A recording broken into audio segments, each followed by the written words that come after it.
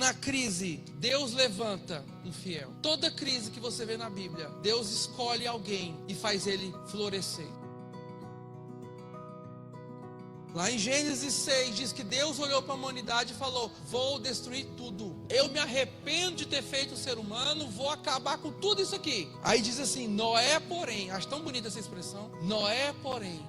Eu já vi uma expressão seguinte: que tudo que você ouvir e tem um mas, o que foi dito antes não vale. Então aqui Deus fala: eu vou destruir a humanidade, mas por causa de Noé eu vou garantir a humanidade. Porque diz que Noé achou graça aos olhos do Senhor. Noé era um homem justo, íntegro entre o seu povo e andava com Deus. Aí eu te faço uma pergunta: que livro que Noé lia? Qual eram as escrituras que Noé estudava para ser um homem íntegro, honesto e andar com Deus? Nenhum. Não existia a palavra. Existia só a intimidade dele com o próprio Deus. Por isso ele era um homem íntegro e andava com Deus.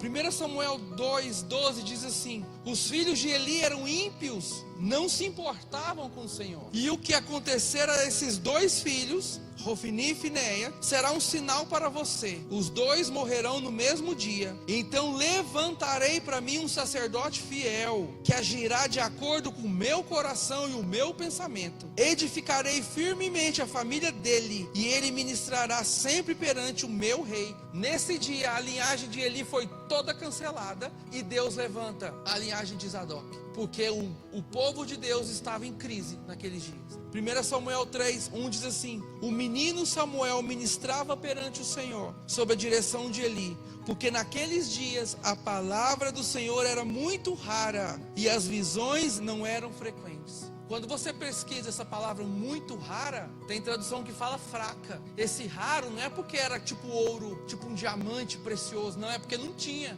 É porque a palavra de Deus quase ninguém falava. Era tão raro que ninguém sabia da palavra do Senhor. Aí Deus teve que levantar Samuel naqueles dias, para que a palavra dele voltasse a ter relevância.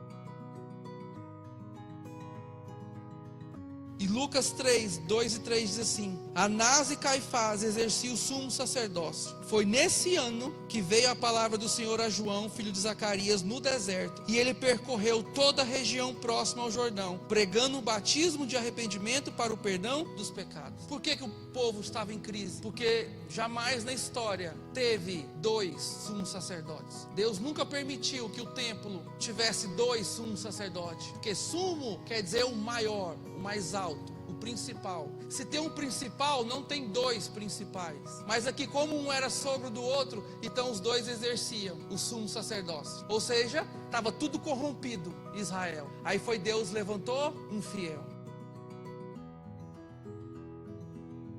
Meu irmão, nós estamos vivendo esses dias. O mundo jaz no maligno mesmo. Quem aqui todo dia fica assim: meu Deus, lê uma notícia e fala: Senhor amado, onde nós vamos parar? Então você é o fiel que Deus quer usar. Você é o fiel que Deus quer levantar nessa geração perversa que nós temos aí hoje. Romanos 8:16 diz assim: o próprio Espírito testemunha ao nosso Espírito que somos filhos de Deus. E se somos filhos, então somos herdeiros. Herdeiros de Deus e co-herdeiros com Cristo. E se de fato participamos do seu sofrimento, para que também participemos também da sua glória. Considero que os nossos sofrimentos atuais não podem ser comparados com a glória que em nós será revelada. Pois a natureza criada aguarda com grande expectativa que os filhos de Deus sejam revelados. Pois ela foi submetida à futilidade, não pela sua própria escolha, mas por causa da vontade daquele que a sujeitou, na esperança de que a própria natureza criada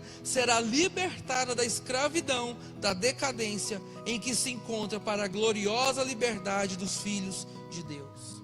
A natureza está esperando os filhos de Deus se revelar. O mundo aí fora está perdido, porque ele está esperando que os filhos de Deus se revelem a eles. E o texto fala: se você tem o Espírito Santo, então você é filho. E se você é filho, você é herdeiro. E se você é herdeiro, você é esse que Deus vai usar lá fora. Amém?